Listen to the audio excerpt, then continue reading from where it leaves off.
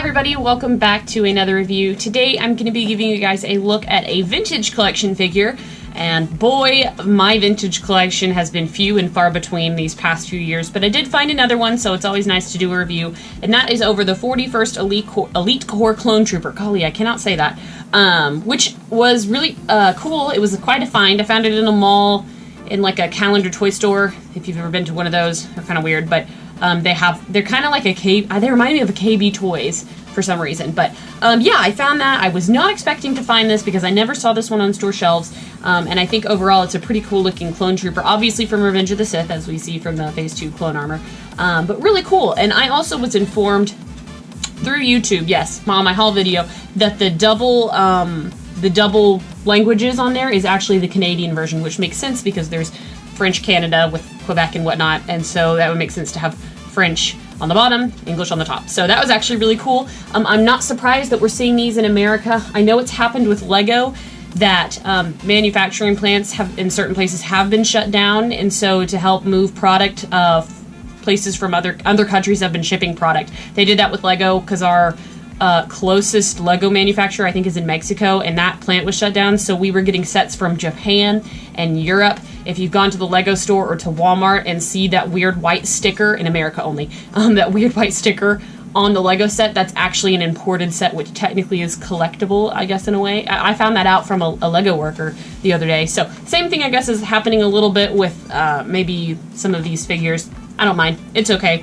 Enough rambling, though. Obviously, vintage collection, so we have a vintage-inspired card, which is really cool. We get a picture of a clone trooper, and I don't know what that clone is from, to be honest. I don't recall seeing that, but that's fine. Yellow background with the clone. On the back, you get the rest of the wave, which is pretty cool, and then the kin are at the bottom. So, yeah, let's go ahead and open it up. We will take a closer look.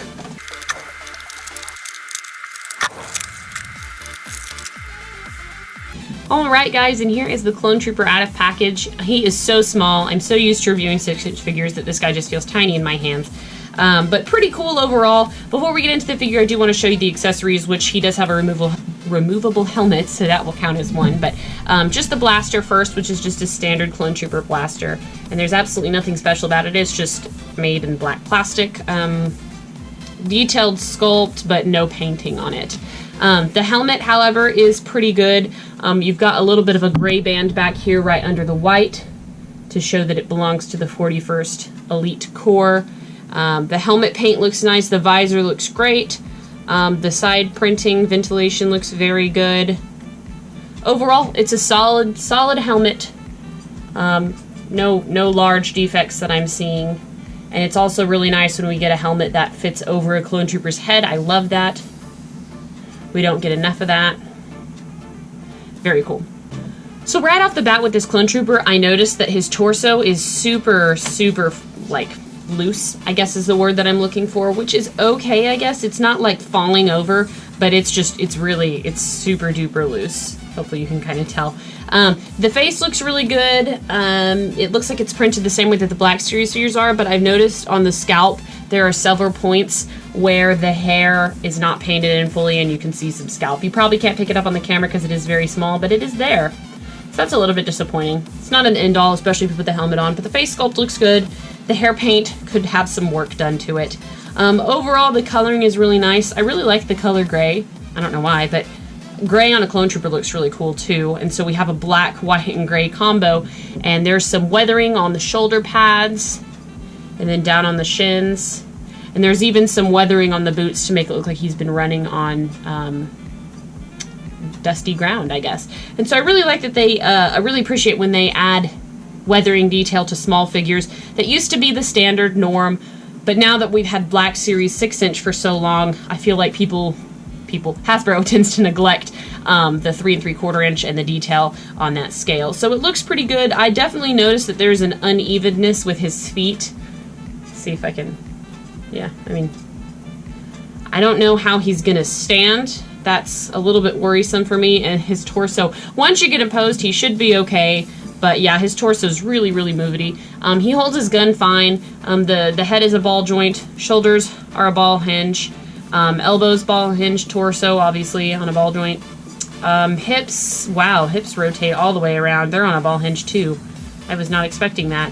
And then the knees are on a ball hinge, and then the ankles are on a ball hinge as well. Wow, so he's really articulated for a 3 3/4 inch. That's fantastic. I do like that. Very good.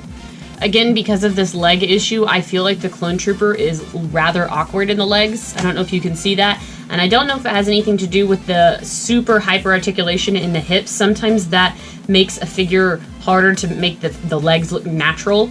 I feel like these definitely, he looks super cockeyed in the legs. But it's just going to probably take some playing with. He's got a lot of articulation, so I'm pretty confident I can make him into a pose. I do want to show you the helmet on the figure because that's important. It doesn't look too big. Sometimes Clone Troopers suffer from large helmets when they're removable, but it doesn't look too bad. It's a little large, but it's okay. One thing though that does often happen is you can see at the very bottom of the helmet his chin is sticking out. I can't really get this helmet on very good to where it covers his whole face. There we go. That works a little bit better. He doesn't have a neck when you put it on like this, but that is the price you pay for a removable helmet. So this figure doesn't have a whole lot of neck even without the helmet, so it is what it is. But pretty cool nonetheless. Let me know what you guys think in the comments below. Overall, I think he's pretty decent. Not super happy with, I mean, just me moving him, his legs look this awkward.